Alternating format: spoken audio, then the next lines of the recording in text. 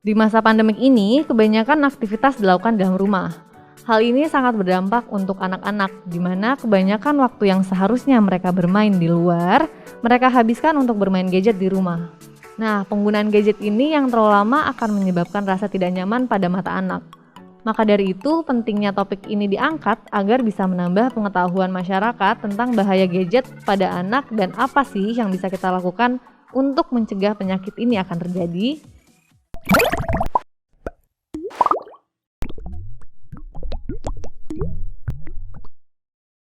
Halo, saya Dr. Aulia Givarnisa atau akrabnya disapa Farin. Kali ini kita akan membahas tentang pengaruh gadget pada masa pandemi. Nah, kali ini saya ditemani oleh narasumber saya, Dr. Rani Yunita Patong, spesialis mata. Bisa diperkenalkan dok ke penonton dok? Halo Dr. Farin, ya perkenalkan saya Dr. Rani Yunita Patong. Kebetulan saya adalah staf pengajar di bidang pediatri, oftalmologi dan strabismus dan ahli di bidang mata anak dan juling kalau orang awamnya bilang.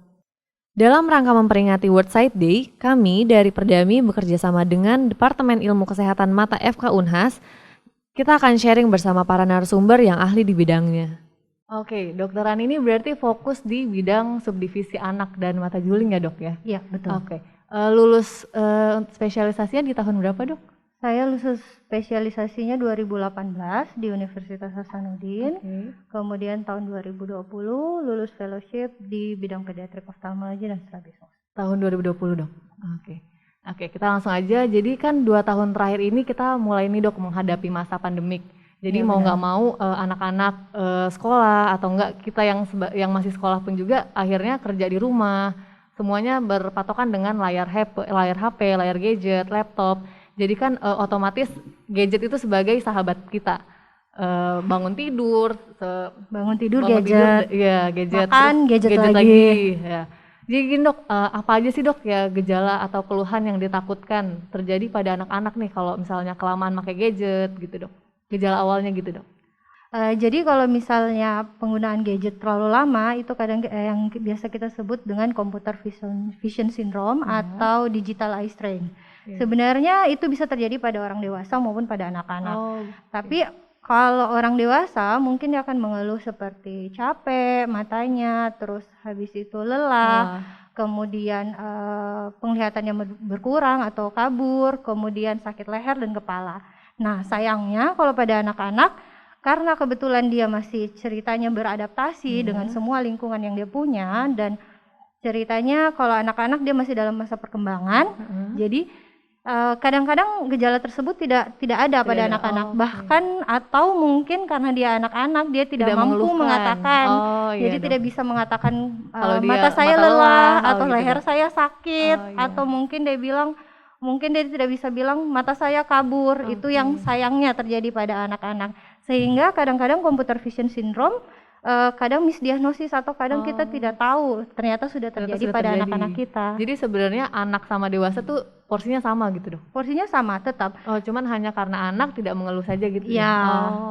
Cuman mungkin memang pada anak-anak ada ya, mungkin yang di atas 8 tahun atau mungkin sudah ceritanya usia sekolah dia sudah bisa menyampaikan, tapi beda kalau misalnya anak-anak di bawah usia sekolah atau preschool. Itu yang sangat susah. Soalnya banyak nih kayak ibu-ibu kalau misal orang tua nih dok nih, kalau misalnya lagi berkegiatan, mungkin kerja juga online di rumah, jadi kayak supaya anaknya tenang biasanya disodorin gadget gitu ya dok? Iya. Berarti itu kesalahan juga dok?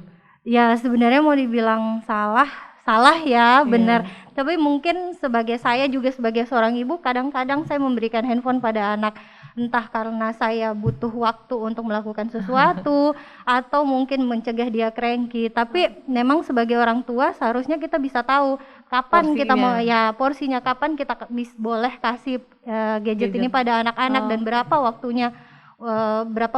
Batasan waktu yang kita berikan kepada anak untuk pemakaian gadget. Nah, pas nih dok, kan tadi dokter nyebutin kapan sih batas-batas waktunya. Nah, saya mau nanya nih dok, buat penonton-penonton juga, berapa lama sih maksimal penggunaan gadget ini pada anak? Atau bukan hanya pada anak, pada kita juga sebagai yang dewasa kan ya dok? Ya jangan kaget ya dok.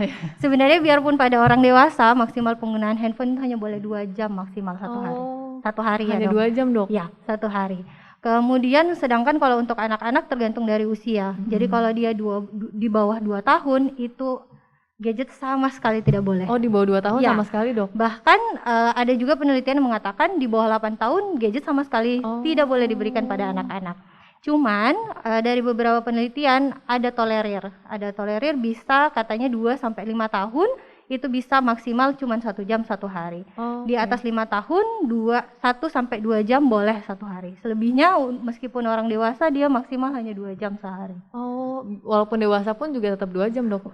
Dewasa pun tetap punya batasan ya kalau tidak iya. mau ada keluhan seperti yang didapatkan pada computer vision syndrome Oke, itu. Dok. Nah, ini nih untuk umur sendiri sebenarnya yang paling aman tuh anak diberikan gadget tuh di umur berapa? Atau memang tidak ada kata amannya gitu, Dok? Sebenarnya kalau mau secara ideal ya tidak ada kata aman ya, Dok, ya. Cuman kalau dari literatur dikatakan bahwa di atas umur 5 tahun sudah boleh diberikan gadget, tapi tetap dengan batasan tetap dengan batasan waktu. Yang tadi disebutkan yang ada umur-umurnya. Untuk gimana sih kan kita selama ini pakai gadget tidak ada batasan umur. Semuanya menggunakan gadget nih, Dok. Nah, gimana sih untuk tahu screening atau deteksi dininya, cara ketika anaknya ini kita harus cek nih apakah ada kelainan atau tidak, atau apakah gejala yang akan muncul selanjutnya ketika gadgetnya terus-terusan digunakan. Jadi sebenarnya mau dia penggunaan gadget atau tidak, seorang anak itu harus minimal di screening 1 kali di bawah umur 2 tahun. Kemudian rentang waktu 2 sampai 5 tahun dia harus di screening lagi 1 kali. 5 sampai 8 tahun dia harus di screening lagi. Bukan untuk menemukan apakah gadget ini sudah berpengaruh atau tidak. Selain itu ada beberapa penyakit yang kadang orang tua tidak menyadari kalau ternyata anaknya sudah mengalami misalnya penyakit mata, khususnya untuk kasus atau penyakit mata yang paling banyak menimbulkan kebutaan yaitu refraksi. Jadi kadang anak-anak kan seperti yang tadi saya bilang dia tidak bisa mengatakan bahwa dia sudah kabur atau dia tidak bisa melihat di papan tulis, bahkan itu kebanyakan malah disadari oleh gurunya, bahkan orang tuanya pun tidak menyadari.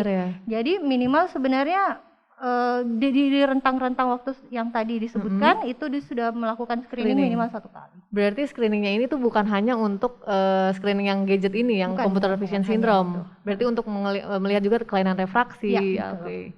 Ini banyak juga, Dok, yang bertanya katanya kalau misalnya orang menggunakan kacamata apakah makin menambah minus atau gimana, Dok, efeknya? Ya, itu sebenarnya mitos yang paling sangat disayangkan oleh kami para dokter mata yang mengatakan bahwa Dok, saya tidak mau kasih kacamata anak saya, takutnya nanti tambah lama tambah. Sebenarnya jawabannya cuma begini, mau dikasih kacamata ataupun tidak dikasih kacamata selama dia dalam rentang waktu perkembangan 0 sampai 20 tahun kacamata masih bisa bertambah. Jadi tidak ada yang dikatakan dengan memakai kacamata minusnya tidak akan bertambah atau dengan memakai kacamata minusnya akan bertambah. Tidak. Itu tergantung dari perkembangan bola mata anak itu sendiri. Banyak pertanyaan nih, Dok. Kita ambil pertanyaan terakhir. Bagaimana sih, Dok, cara mencegah agar tidak terjadi penyakit mata karena gadget atau computer vision syndrome ini, Dok? Nah, sebenarnya banyak solusi yang bisa kita jalankan, yang harus kita jalankan. Sebenarnya bukan pada anak aja ya, Dok, kita juga bisa ya? Sama orang dewasa juga bisa diberlakukan. Jadi yang pertama adalah membatasi pemakaian gadget. Itu yang paling pertama. Yang jam-jamnya tadi, Dok? Ya, jamnya tadi yang maksimal cuma 1 sampai 2 jam per hari. Cuman mungkin kalau orang dewasa susah ya mengurangi gadget di mana semua pekerjaan, sosial apapun, berteman apa segala macam itu kita lewat gadget. Tapi kalau untuk anak-anak saya rasa kita sebagai orang tua harus bijak ya, memberikan lebih aware dan lebih bijak untuk mengatakan bahwa ini tidak boleh, ini hanya boleh maksimal 1 jam, ini hanya boleh maksimal 2 jam. Dan dengan kita mengulang-ulang kepada anak akan mengerti, akan terbiasa dan mengerti bahwa ini memang tidak bagus untuk mata saya dan ini hanya boleh saya lakukan selama 1 jam. Kalau kita mengulang tidak memberi toleransi, misalnya mungkin karena anaknya nangis kita kasih toleransi, bilang iya boleh tambah lagi setengah jam, itu tidak boleh. Sebenarnya kalau berarti harus tegas juga ya, harus tegas karena saat kita tegas ya anak-anak pasti akan ngikutin, terbiasa. Yang kedua, karena memang gadget tidak bisa kita hindarkan dari kehidupan kita sehari-hari, ya kita harus bijak menggunakan gadget. Jadi selain pembatasan, kita harus membuat mata kita beristirahat. ada rules yang dikeluarkan atau dikumandangkan selama ini, yaitu rules 20-20-20. Oke, apa tuh dok? Jadi rules 20-20-20 itu adalah pada saat kita memakai gadget 20 menit, kita harus mengistirahatkan matanya kita selama 20 detik dengan melihat jauh 20 kaki atau kurang lebih 6 meter. Oh, sepanjang 20 kaki dok? Jadi tiap 20 menit kita harus istirahat selama 20 detik, tidak sampai semenit. Jadi kalau misalnya mungkin solusi ya sekarang bagi anak-anak yang pandemi sekarang ini kan belajarnya daring ya. Daring di rumah. Jadi boleh di anak-anaknya yang pas belajar daring itu kita kasih duduk di depan pintu yang bisa dia melihat ke arah yang jauh ya dok? Atau di depan jendela. Jadi dia tidak perlu meninggalkan tempatnya selama kurang lebih 1-2 jam. Tapi yang solusi yang kedua adalah stretching. Stretching kayak gimana tuh dok? Stretching. Jadi pada saat kita memakai gadget 1-2 jam itu kita harus stretching. Kita bangun, tinggalkan gadget kurang lebih 15 menit, habis itu baru kita kembali lagi. Jadi perlu diingat bahwa kadang-kadang kan ada daring khususnya untuk anak-anak yang usia SD ke atas itu daringnya sudah lebih lama ya dibanding anak TK. Lebih monoton diam di depan laptop gitu ya. Dok? Jadi pada saat 2 jam kita harus mengharuskan anaknya berdiri kurang lebih 15 menit. Terserah dia mau ke arah jauh gitu dong? Bukan lihat dari jauh, stretching juga ya, stretching. Sebenarnya kan computer vision syndrome bukan hanya mata, bukan hanya mata efeknya. Jadi dia bisa menyebabkan sakit sendi, sakit bahu, leher karena posisinya seperti itu. Yang kedua, yang ketiga ya. Ketiga, jadi kita harus membuat mungkin pernah ya waktu SMA atau sekolah kita belajar bahwa pada saat kita kerja kita harus berusaha seergonomis mungkin. Ya itu juga yang kita harus lakukan pada saat posisi. Pada saat kita memakai gadget. Jadi posisinya harus setidaknya sedikit low level antara layar sama matanya kita, tidak boleh lebih tinggi, hanya di bawah sedikit. Kemudian ada sentimeternya atau gimana dok patokannya? Nggak ada. Sentimeternya jarak antara kita itu kurang lebih 2 kali diameter dari layarnya kita. Jadi kan tergantung dari besar layarnya, semakin besar layarnya semakin jauh juga jaraknya kita. Kemudian usahakan dia kalau memakai gadget kita harus kasih dudukan. Jadi sehingga jarak antara mata kita dan gadget itu tidak berubah. Berbeda kalau misalnya kita bermain gadget atau nonton pada saat sambil tidur. Pada saat kita sambil tidur, otomatis gadget akan lama-kelamaan akan mendekat ke mata. Dan itu bisa bikin eye strain atau computer vision syndrome juga. Berarti itu yang kesalahan kalau pas lagi posisi tidur ya dok? Ya, itu sangat tidak boleh. Jadi usahakan kalau sadar ya. Ya, usahakan selain kita membatasi, kita harus juga memperhatikan apakah posisi anaknya kita ini sudah benar belum untuk pada saat penggunaan gadget. Oke, seru sekali perbincangan saya kali ini bersama Dr. Rani. Jadi jangan lupa untuk bijak dalam menggunakan gadget. Dan jangan lupa juga menerapkan Rule 20-20-20. Jadi setiap 20 menit melihat layar gadget, arahkan pandangan mata sejauh 20 kaki selama 20 detik. Dan jangan lupa juga untuk screening untuk melihat deteksi dini ya dok. Oke, semoga kita tetap aman dan menjaga kesehatan mata kita selama masa pandemik ini. Sekian dari saya Dr. Farin dan Dr. Rani. Kami pamit undur diri, sampai jumpa di podcast selanjutnya.